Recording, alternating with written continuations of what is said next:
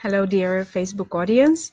We're happy to welcome you today on Thursday, and we're here, me and Cultural Affairs Officer Deanna Seed, to welcome you and to talk about presentations.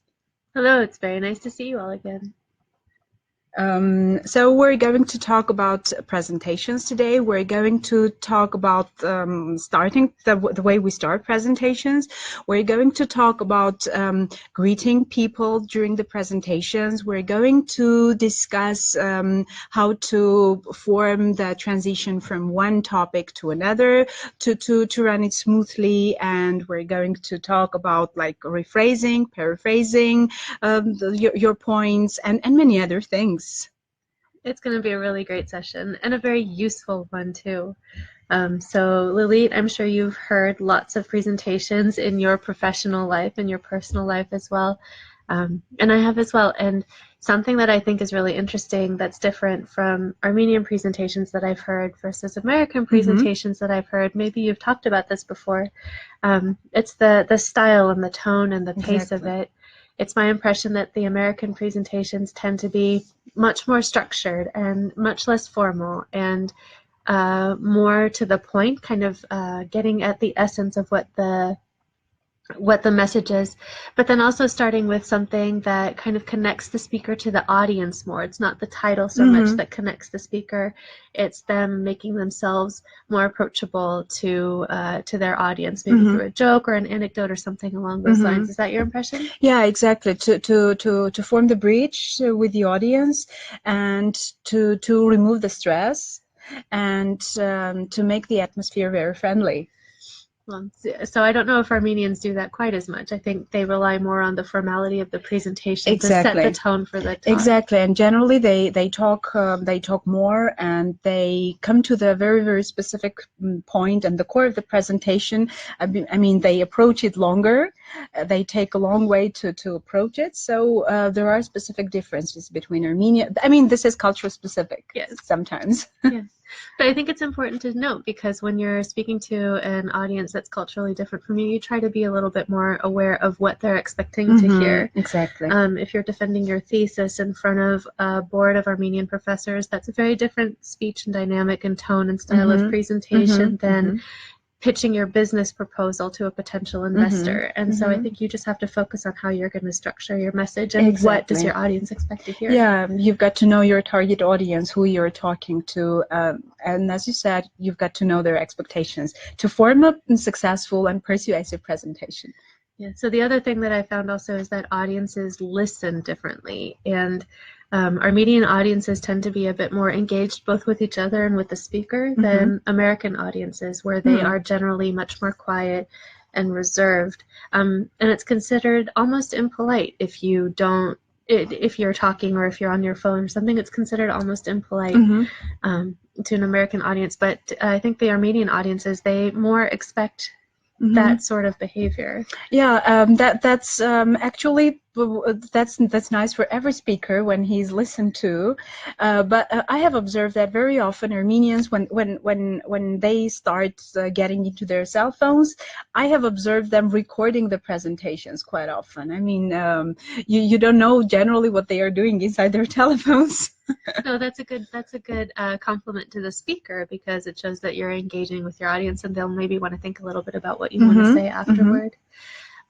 So just for the audience component also, because audiences do tend to listen differently, everyone has different learning and comprehension styles also, and for American audiences, they're more used to a repetitive structure. So there's that joke about, you say, I'm going to tell you what I'm going to say, and now I'm going to say it. Look, I'm saying it. Oh, I just said it. Did you remember what I said? This is what I said. And then that is the structure of the presentation. Yeah.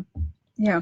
Well, in case of business presentations, you've got to get more concentrated on the content. Then, I mean, you cannot like hit around the bush all the time. You've got to be very specific, because I mean, if there are like business people sitting, they expect specific information, data from you. So probably you've got to be more specific. Yes, and there's always the presentation style, which matters also. Yeah. Are you formal? Are you monotonous? Are you lively? Are you casual? And all of those things kind of sum up into Yes. what makes you more memorable to an audience. Exactly. You're absolutely right. Yes. But I think bottom line, most important tip that I would offer, be calm. Yeah. Don't be nervous. Yeah.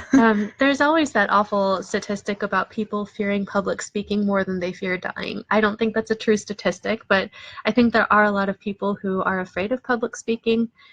And I'm not quite sure where it comes from, but I think if you've got a good presentation that you want to deliver, and if you're confident in your material, and if you've practiced your material ahead of time, then whether or not you're doing it in a foreign language, you'll be more poised and prepared, and that will communicate to your audience. Exactly.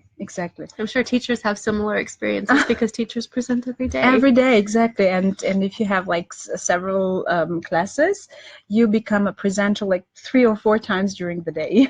That's right. You're lucky. You're a practiced expert at this. Thanks a lot. Yes. So Lilit has lots of tips for you and lots of great knowledge to offer. So please engage her with questions as you wish. If you disagree with her, that's also okay. Post it, and then we'll have a great discussion about it. So thanks a lot. All right. Enjoy. Thank you. Sure. So I'm going to continue what Diana said about being calm. The most important thing is that while making a presentation, you should not talk very, very fast. And the hardest time for every listener is when the speaker talks very, very fast and sometimes with that accent. The problem here is that sometimes the speakers, they are quite fluent in the language and they are comfortable speaking. But the problem is that they come up with a bad accent. And if you talk slowly, you can avoid this problem.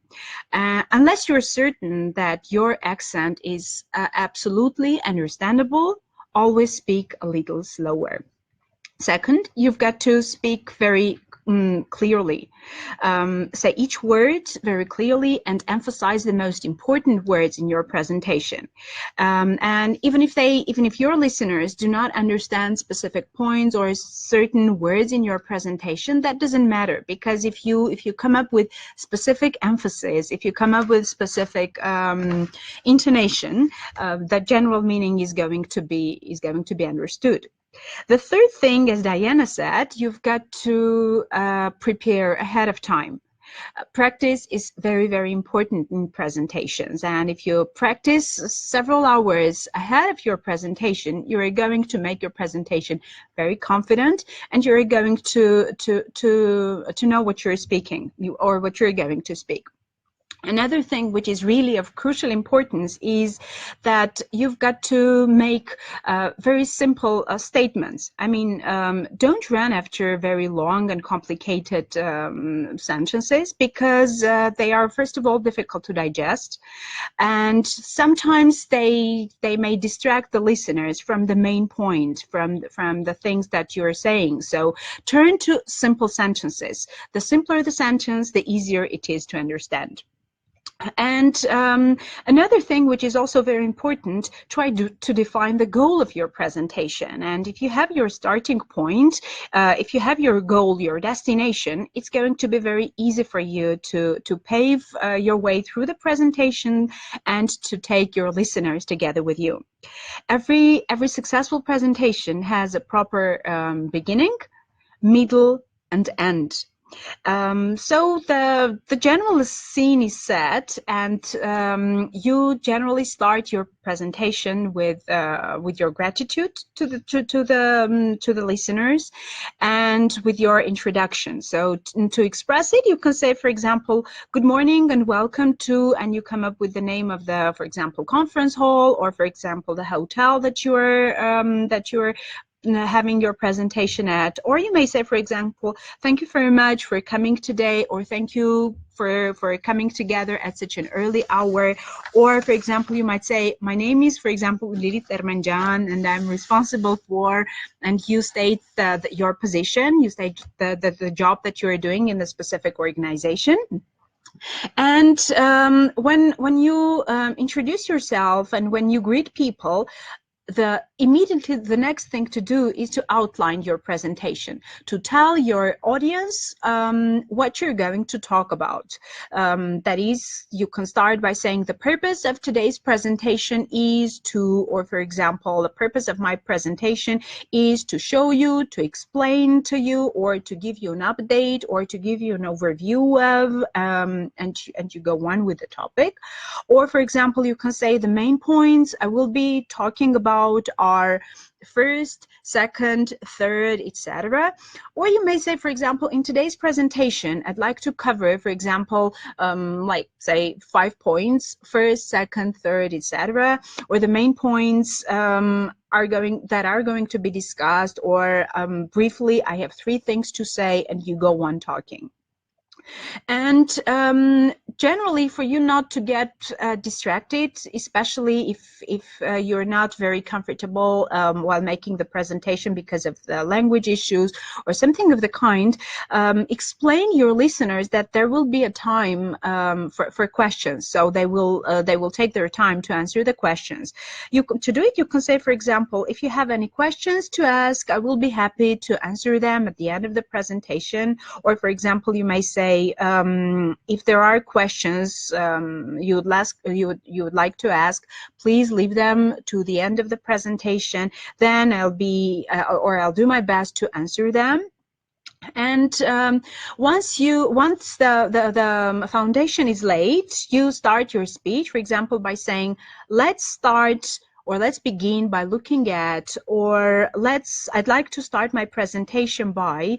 And sometimes it happens that your audience is well aware of the topic you're going to discuss, and they know the general outline of the topic. So in such cases, you may say just like, as you're well aware, we are, and things like that. Or you can say, for example, as you remember, we're concerned with, and you state the problems or the issues that are going to be discussed during the presentation. And presentations mostly come up with specific charts, with specific graphs, graphical like pictures, or for example, like slides. And when you make a presentation with charts and with graphics, you need to expand on them. And to introduce your listeners to the graphics or to the chart, there are 2 very important words that you might need, and these words are to elaborate and to expand. So when you want to introduce a chart, you may say, for example, I'd like to expand on my point about increasing, for example, well, say our sales. Or for example, you may say, let me elaborate on that. Or would you like me to expand or to elaborate or to illustrate my point? I would like to, and you show the chart. Or you can say, for example, if you look at this and you show the chart, you may see, and for example, the graphic shows or gives a vivid idea of.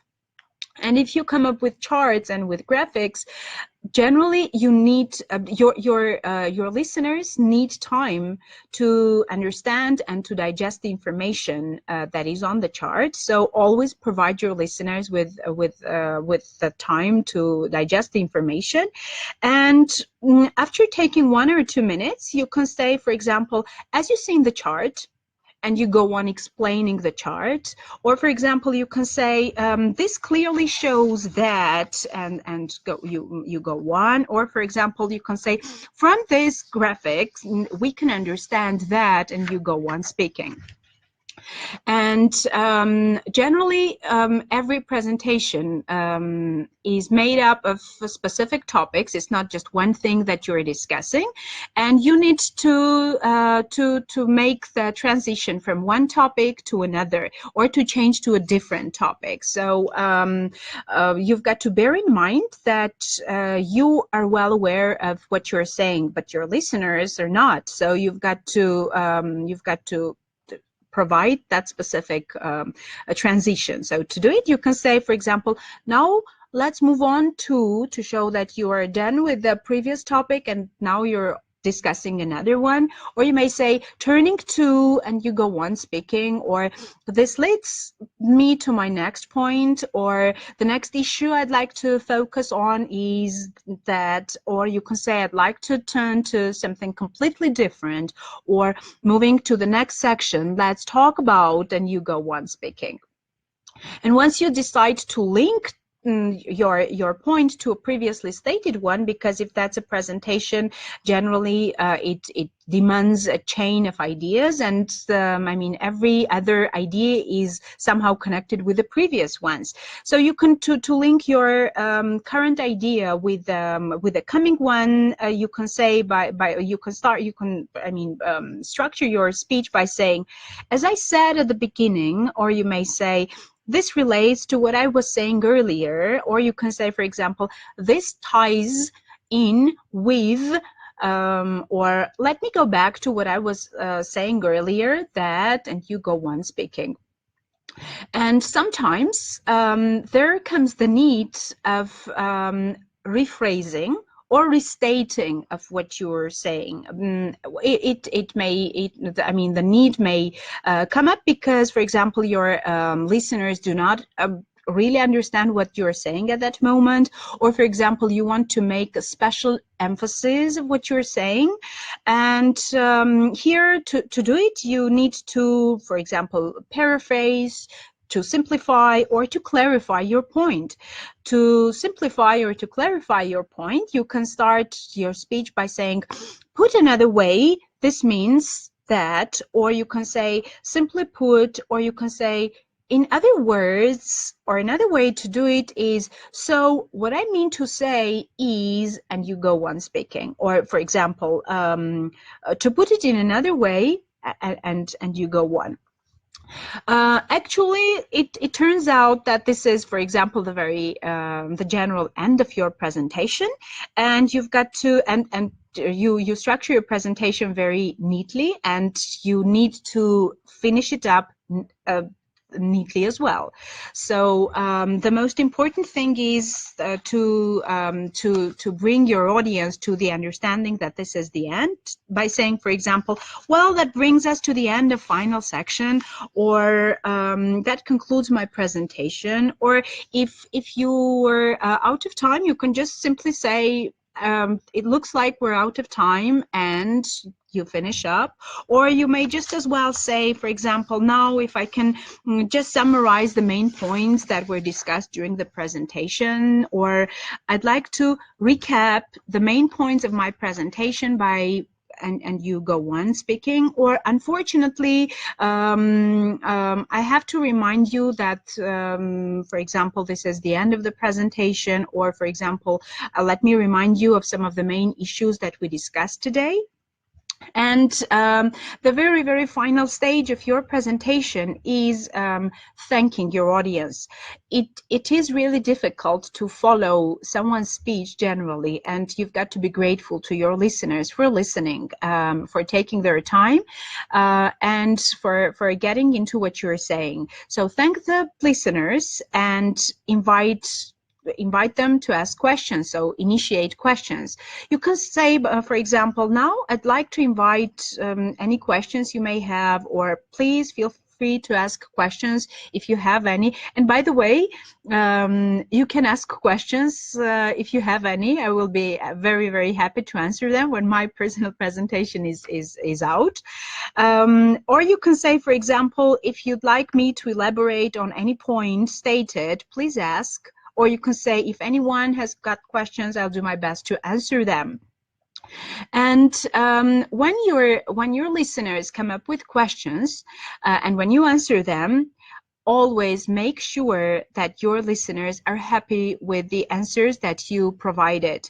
To do it, you can say, I hope that this is what you wanted to hear. Or you can say, for example, I hope this explains the situation to you. Or you may say, for example, you may ask, does this answer your question, to make sure that your listeners are happy with what you are saying. But out of everything and anything, as Diana said, you've got to relaxed.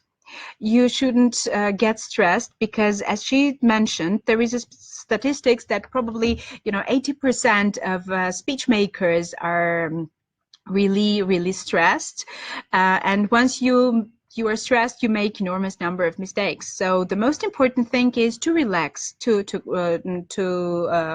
speak clearly, and to show your passion, to make your presentation interactive. That is, to invite your listeners to participate in your speech, and most importantly, use humor, because they say humor is going to save the world. So use humor for your presentations.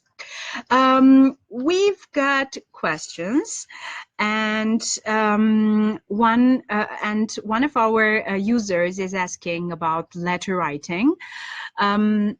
This was the final part of today's lesson, so I want to tell you that our very next meeting is going to be devoted to letter writing. Okay, so by the way, this is a fantastic book. You can make use of it, and we're going to devote one, or if it's too bulky, we're going to devote 2 lessons to letter writing. Another question, and the question is by Haikuhia Rabekan. She's asking, how long must a presentation last in general? It greatly depends on the topic, but generally the statistic says that after some half hour or 40 minutes, listeners are not able to follow the speech. So if you're out of your main topics, do not hit the bush. Do not take your time, or do not prolong the presentation. The more laconic it is, the better it is digested by your listeners. Like 40 minutes maximum, an hour I think is enough. Well, depending, of course, on the topic of the presentation. And Karen Parikan says, create a logical flow to your presentation. What about this idea, creating a logical flow? Well, actually, the logical flow, that is, logical chain, is important in absolutely any speech, because I mean, one point that you're producing, that you're making, should be logically interconnected with the other one, because if you do not provide the logical flow, if you do not provide the logical chain, your presentation is going to be like distracted, is not going to be concrete, is not going to be interesting, and finally, it's not going to be persuasive. Before the final stage of our meeting today, I want quickly to pass over our previous lesson homework, because there are people among you who want to check the previous homework. So the first exercise, and actually we had 2 exercises. So it says, I don't have my student identification card. That is a card that shows that you are a student, that proves that you're a student. So the second one says, I don't have any cash with me. Cash meaning to say, like, physical money. Can I buy credit card? I lost my ticket. The fourth is, I missed my train, meaning to say that the train went away and you didn't catch it. We can't find the platform that our train leaves from. Are the lavatories occupied? Another word for lavatory is restroom. I asked for sleeper seat because I like to sleep on trains. My window won't close completely. Can you fix it? Meaning to say, I can't close the window till the end. Why is there such a long delay? I'm hungry. Is there a restaurant car on this train? And the second exercise, the Four Seasons Hotel. How can I help you? Hello, my name is Mr. Wang. I'd like to reserve a room. Do you have any available from March 10 to March 13th? Yes, we do. Would you like a double room or a single room? How much is the double room per night? It's $75 per night, and the single room is $65 per night. I'm looking for a room that would be nice for a romantic weekend. Which of the two do you recommend? I'd go with the smaller one, the single one. It's much nicer, and two people can stay in that room. Okay, I'd like to reserve that one then. All right, I've made that reservation for you. And how would you be arriving? We'll be arriving by car. Perfect, we've got an underground lot where you can park your car. Okay, I hope that today's lesson was useful. Actually, it was structured upon your requests because there were many people who asked for a lesson about presentations. And thank you for your interest. Thank you for your time. We still have 3 meetings, which means that our final meeting is going to take place on the 28th of December. But before that, we're going to meet on the 14th of December, Thursday, 5 p.m. Thank you all and hope to see you back. Thank you. Goodbye.